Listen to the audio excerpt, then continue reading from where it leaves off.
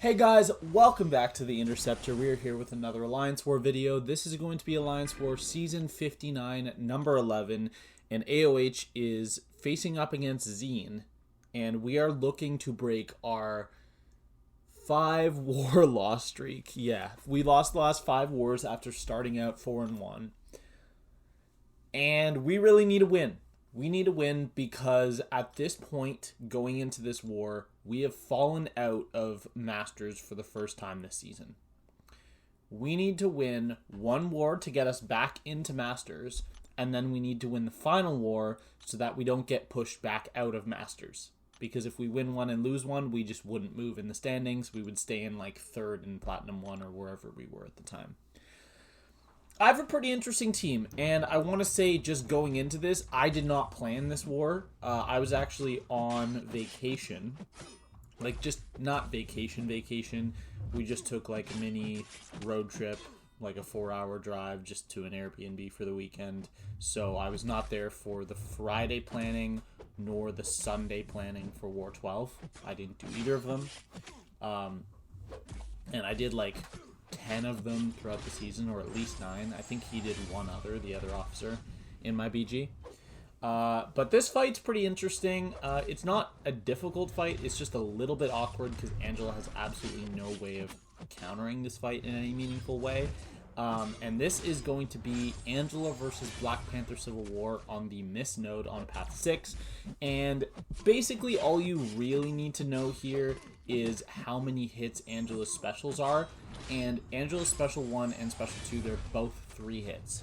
So what I'm going to be doing is I'm often going to be knocking down with a special on the hit that would make me get to 50. So we just did that. We did accidentally parry one time, but it was not a big deal.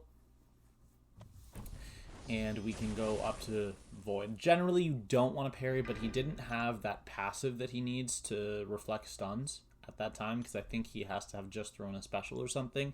I don't know how it works, but however it works, it wasn't an issue. Now we have Mantis versus Void on Path 6. This is the one where the debuffs, when you place them on them, you get debuffs placed on you, which obviously with Void, not a good thing. We want to avoid that. So we did get... We're just trying to ramp up. We want to make sure that the entire fight we're doing slowed combos because we never want to get a debuff on us, and as long as we do slow combos, we're going to be reapplying the Tranquilize on every single hit. That is the goal.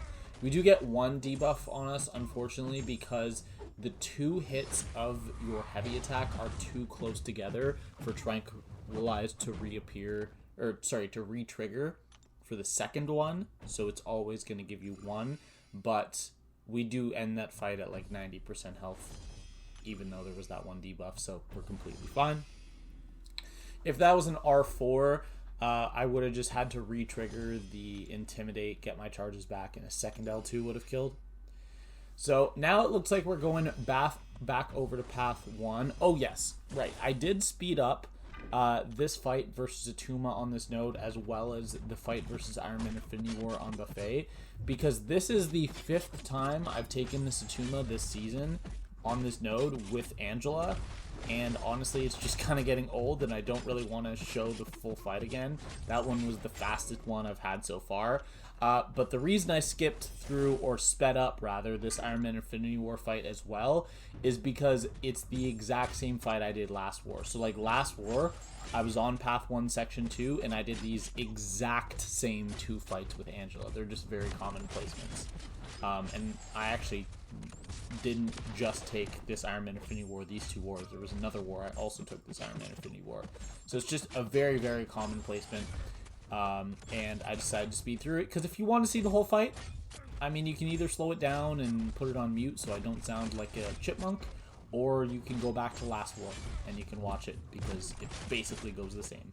It's a little bit of a long fight because at the end of the fight, all of your damage is going to come for your heavies, and if you don't get good crit RNG, then the fight's just going to drag on and he's just going to keep regenning back above the 15% threshold. We haven't gotten a crit on like our last 3 heavies, and then there, of course, we get a double crit to end the fight.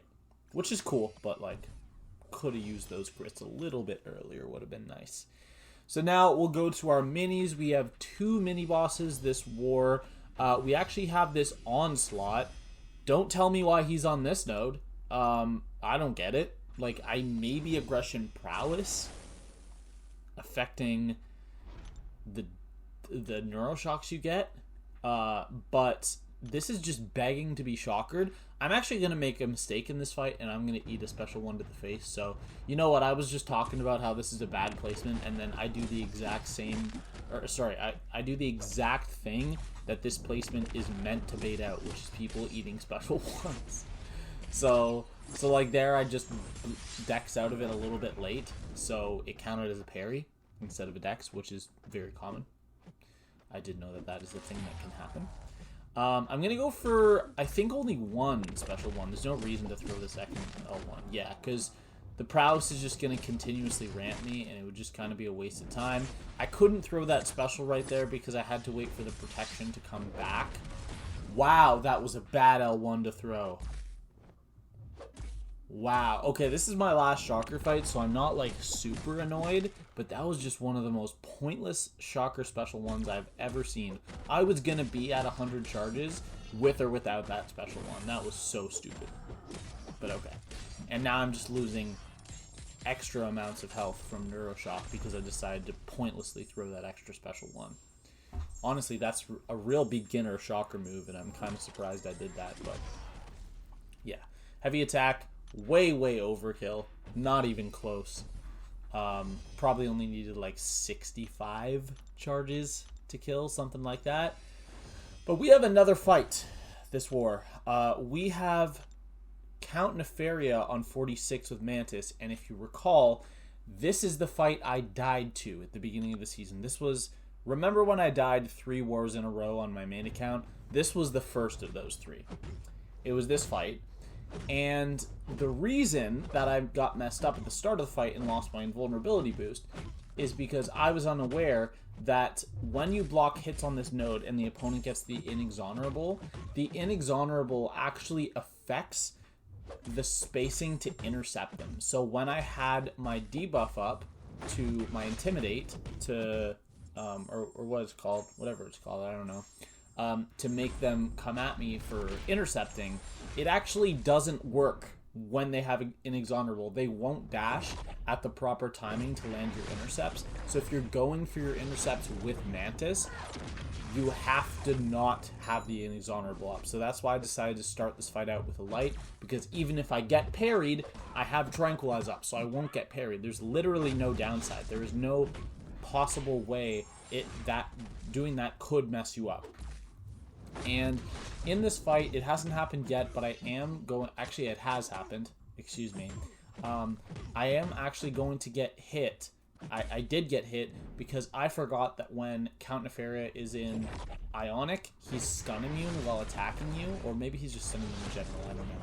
But he's stun immune regardless of how it happens. Right here. He's in Ionic.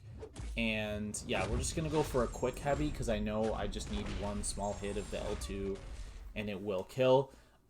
If that was a rank 4 count, I would have just gone for a little bit more ramp, and I probably would not have used a power back, given that the strategy for that fight is to push to special 3s and eat it anyways, so you're going to get a bar power back from that after L2. It probably is actually worse to run power backs, but the next time I take that, if it is a rank 4 count, I will feel very, very confident, given that I've had 2 practice runs, one of which failed, and I know why it failed, and the other of which succeeded, but I know it could have been better, and I know how it could have been better. So that's the kind of way that you improve on those tougher fights that require a little bit of a strange play style. Here I'm looking for my 12% Mystic, and I decided to use a tech just because I have 1 Warlock fight this war, and I was like, you know what, I might as well have my L2 hit a little harder. But this is going to be an absolutely terrifying fight. This is going to be Node 9 Dark Phoenix, except I don't have the Strife synergy. So I have to probably throw about 2 more special 2s, which is just more hazard shift triggering on me, more time for Dark Phoenix to throw special 1 into my block for absolutely no reason, which we all know she loves to do. And yeah, we are just going to rush to our L2, but we are getting so many ruptures on us. We got 4 ruptures on us in like the first 5 hits or whatever it was. It was something ridiculous like that. And we also just got no power steals there, so we're not able to cycle L2s. At this point, I have to just throw my L2 because I can't afford to lose out on the time. Or I'm just going to tick down from all the DOT I have on me, and I'm going to lose my hexes. But I really need to detonate my hexes, because at this point it will kill, but I'm losing a lot of health. And then it doesn't bypass immortality. So now we have to just wait out the fight and hope Dark Phoenix does not throw the special 2. So I'm spamming dash back, and the strat was to just intercept with a special 1, and it worked. And we get out of the fight with 17% health. I didn't make a mistake in that fight. I did everything perfectly. All of the damage was unavoidable damage, both to bad RNG and, well, actually bad RNG from both Hazard Shift and me not failing what's the incinerate effect called? Nova Flame. I didn't fail the Nova Flame once with my Fate Seal, which is very likely to happen. You fail it more often than not. And I also got terrible RNG with my Power Steals while I was trying to cycle. So that was just a culmination of bad RNG after bad RNG. This is a really easy fight, Bishop on this node. We are poison immune. We are just going to wait out the shock. And this guy is actually running willpower. Had this guy not been running willpower, it probably would not have changed the trajectory of this fight significantly. I didn't run power backs. I decided to go for heavy attacks because that is just extra debuffs to give him more power drain. And then here at this point, this is my only Warlock fight, so I'm like, you know what? Let's just end it. Let's just hit him a few times. I lost 2% health at the end there for just going for it. But yeah, really clean. Only Warlock fight. And here's the thing. Looking back on this war, I think I would have rather had Strife on the team and used Hood for Bishop, even though I know that my heavy detonation will do no damage because of his insane energy resistance. I think it still would have been safer, because I think I would have probably ended Dark Phoenix with a hell of a lot more health than I did. And I also think it would have just made a couple of my later fights a lot safer. I mean, the only real quote-unquote dangerous Hood fight I have is this one. And this is actually pretty annoying, because I dueled Sassy a bunch to figure out the heavy counter, heavy timing, because I knew there would be fisticuffs on me at the start of the fight. I was getting it every single time. I didn't mess it up once. The timing was perfect every single time, so I was like, oh, it's just a really easy heavy counter heavy, like Hood into Dark Phoenix. It's one of the easiest setups with just one dash back into a heavy, and that's how it was working against Sassy every time I was fighting him in duels. And then I go into the fight, and the second time I try it, it fails, and at that point I'm like, uh-oh, my confidence is gone. I really just need to not heavy counter heavies. I can heavy counter SP2 really easily, so I'm just going to do that to get my bullets back. But my initial strategy for the fight is out the window. And because I have to heavy counter L2s, that means I'm not able to build up a huge detonation to bypass his entire regeneration phase. And the reason I can't do that is because I know the next fight after this is one I'm going to need a good amount of bullets for, and I won't have an opportunity in that fight to farm extra bullets, so I really just need to be careful about trying to end this one with full bullets. But unfortunately, all those heavies are going to leave me basically unable, and then that was probably like the frame before my invisibility was about to trigger. I got hit with the heavy, and then I had to trigger a dex to remove the stagger. But I've just been completely unable to bypass the regeneration phase, and we get to 6%, and now he's healing a ton, and I'm like, oh no, this is not looking great. And luckily he is throwing these L2s, or else it would get really, really scary. I mean, not with Hood, because here I can just go for medium attacks, and he won't get pushed to special 3 anyways, other than right there. Right as I say he's not going to get pushed to special 3, we have like the last 2 or 3 hits not power steal, and he gets pushed to special 3. Whatever. At this point, the fight's basically over. I think I'm just going to heavy charge right out of this special, or... Yeah. Yeah, and he dies. So, that fight could have been done a lot better. However, because my initial strategy for the fight was completely out the window, after I missed the heavy counter heavy on the second one, I kind of had to adapt it, and that resulted in the fight being a lot sketchier. Now we have Punisher 2099. He's really common on this node. It's a really common placement, and Hood's actually going to do a really good job of dealing with it, because as long as we alternate our combos, we're not going to have any prowess triggering, which means we're not going to have the block penetration node triggering. Hood, of course, does not have to parry because he has easy openings with the miss. So, and then even theoretically, if we were to trigger both, 2 hits in a row, then we could just immediately after that go for a special, and boom, the prowess is gone, and it wouldn't even mean anything anyways. So, yeah. Just going to be doing our hit alternating. There we land a nice naked intercept. Power stealing there would have actually been bad. I'm glad I didn't power steal him to push him to special 2, because it probably resulted in the fight being a good amount faster than it would have been.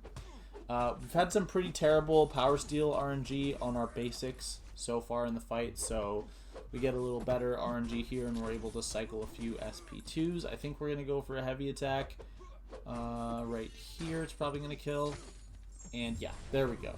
So a nice 40-second Hood nuke. I don't remember if that was an R3 or an R4 Punisher, but a rank 4 Punisher for defense would be a pretty brutal rank up, so I'm going to assume it was a rank 3. We are going to be going over, and our first mini-boss this war is going to be this Bastion. Bastion on this node. Nothing special. This is Mixmaster. Hood into Bastion is a really good matchup, because quite frankly, he just does nothing to stop Hood. And I did practice the heavy counter heavy timing, and it's pretty easy. But we're just going to try to get to our L2 cycle started as soon as possible. There I actually messed it up because I threw my heavy too late. But it's okay. We just missed the special 1, or most of it. And seems like you can step back Bastion. I don't think I realized that before doing the fight, but I did it by accident once in the fight, and I'm like, oh yeah, I guess I can do that too. There's one point in this fight where Bastion's just going to become super annoying, and he's just going to refuse to hit into my miss. It's right here. Like, I'm holding block, I'm trying to bait a dash. He waits till my invisibility is at like a quarter duration to dash in. I don't know what bro was doing, but that was insane. And here we're going to get our invisibility, start cycling a few L2s. I know that my last Hood fight of the war is not one I really need many bullets for, so I'm being quite liberal in the spamming of my special 2 here. Heavy Dag doesn't kill, but it's fine. I'm going to throw this special 2. And the nice thing right there, if you didn't catch that, I let my invisibility expire during my L2, which means that I got back an extra 5 bullets by delaying throwing my special 2 by a couple seconds. Had I thrown it immediately, I wouldn't have gotten the bullets back because my invisibility would have refreshed before it expired. So that's something important I did. And this is going to be our last fight of the war. This is going to be Node 47, Deathless Thanos. And normally, because I've taken this fight before, I would speed through it. However, something interesting is going to happen in this fight that I felt the need to show. I don't know what I was thinking charging a heavy immediately off the start of the fight. I think I'm so used to his aggressive AI going for a hit that I just assumed I hit the parry and went for a heavy, which is ridiculous. I don't know why I would do that. That's so stupid. But I'm trying to come up with an explanation for why my brain did something like that, and that's the only explanation I have. So, yeah, this fight's going to be really easy. We actually regen 25% of our health just from willpower, which is pretty cool, and we're going to regen some more as the fight goes on. But as you can see, we're at max bullets. The reason I said I didn't need a lot of bullets going into this fight is because I knew it was the node that just constantly gives the Furies, and then there's also the node, or also not the node, but also he himself in his kit is going to have a lot of Fury buffs. So basically, as soon as you get your first L2, you're just going to get tons of bullets back, which is awesome. Here we just got to wait out the unstoppable charges. I think I'm not going to go for my heavy. I think I'm going to save. Oh, never mind. I swear, every single time I say something I think is about to happen, what I do just immediately contradicts it. Like, there was the time I said I wasn't going to push Sassy to the special 3. Instantly pushes him to the special 3. And then this. So, yeah, that fight goes down fine. Got sketchy when we ate a couple of hits off the start of the fight. But we did. We did win. We did win. And we put up a very, very nice score of only 4 deaths. I believe our alliance record for lowest deaths ever is 3. So to be 1 away from that, and to have our best performance of the season by quite a lot in a war we really needed to win was really good. So that is going to make us 5-6 on the season, and it is finally going to snap our loss streak, which is awesome. I have 5 deaths on the season, 2 on my alt, 3 on my main, and my PSR this season is going to be 140 out of 145, with my main being at 65 out of 68, and my alt being at 75 out of 77. I have a deathless streak of 12 fights currently because I died in the last fight of the previous war, so it's only this war's fights. And I have a main account deathless streak of 41 fights and an alt account deathless streak of 6. So that's going to be all for today. I hope you all enjoyed the video, and I will see you all in the next one. Have a great day. Bye.